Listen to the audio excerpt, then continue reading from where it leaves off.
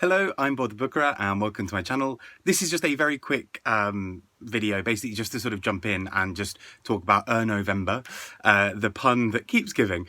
So this was sort of, I sort of mentioned in a previous video before, but the idea was basically with November coming up, with Annie Ernaux having recently won the Nobel Prize for literature, and with their names with the potential for a pun there, that we'd have Ernauxvember, where we read books by Annie Ernaux, and that can be anything from, hey, there's an Ernaux book that's been kind of kicking around on my shelf for a while that I really want to read, to I've never read any Annie Ernaux at all, so let's pick that up, to I'm going to read her entire back catalogue. Any and everything is kind of possible within that. And I know a few people were really keen to get involved, so this is sort of an attempt, I guess, at a sort of a reading schedule for it. I want to keep this as loose as possible, just because, you know, I don't want to sort of prescribe which Annie Ernaux you have to read, but I know sometimes people like kind of some sort of path towards it. I myself, I think, have read all of the ones published by Fitzcarraldo, and so the ones I'm going to be reading are going to be slightly different from that, but in terms of a rough guide, I'm going to sort of try and provide that here a little bit as well, of maybe, you know, if sort of picking her up for the first time, what should I read kind of thing. So without further ado, what I'm going to do first is sort of say the ones that I'm going to be reading, and then give some rough suggestions for where, you know, if people wanted sort of a weekly timetable or whatever to do that with, that they can. So the ones I'm reading, and I'm just quickly getting this up on my phone here. So the ones I am going to be reading are A Frozen Woman, Shame, and The Possession, neither of which I've read before, so I'm really keen. They're all fairly short. I think A Frozen Woman is a little bit longer compared to a lot of her other works, so really excited for that. And I'm getting the audiobooks for all of these from Scribd, not sponsored, it's just useful. But other platforms are available, but Scribd tends to have all of her audiobooks and some of the physical books as well, some of the sort of digital books as well.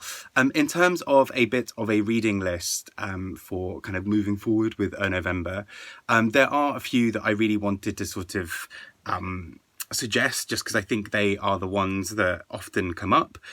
So those are Happening, The Years, Exteriors, which is one of my favourites, and also A Simple Passion. Sorry, I had to kind of check there. So those are 4 books, and there are, you know, roughly 4 weeks, just over, in November. So that could be a useful sort of way forward, if that works for people, to sort of start with Happening, to then move on to The Years, and then Exteriors, and then from there to move on to A Simple Passion. Bit of a, you know, the longest there is The Years, which is about 200 pages, 250 maybe, so not radically long. Of course, you are more than welcome to read them in whatever order you want, to completely ignore what I've just said and read something else, and or suggest other ones that you think would be really good. But that, if it helps people have a bit of a timeline for it, that's what I'm going to suggest, and I'll put the dates in the description of this video here as well. But happy reading, happy Ernauxvember when it whenever it comes, and I hope you just really enjoy reading Annie Ernaux's books. I think regardless of whether you pick up one 80-page book of hers, or, you know, this month, or read absolutely everything she's ever written, I think you're in for a treat. She's a really brilliant writer, I think, just so full of wit and warmth, and wisdom, and I think there's a lot to find in her pages that are really glorious. You know, Happening and Simple Passion both talk a lot about her personal life, and she's incredibly honest and raw in those as well. So obviously also be careful. There are some themes that will come up that, you know, sort of various sort of trigger and content warnings in place there, which I'll also mention a bit below. The Years and Exteriors are a lot more outward facing, but kind of weave together her personal stories with the wider world as well. So those can be really interesting and fun as well. But I mean, those are my favourites personally. But yeah, anyway, I'm going to stop rambling.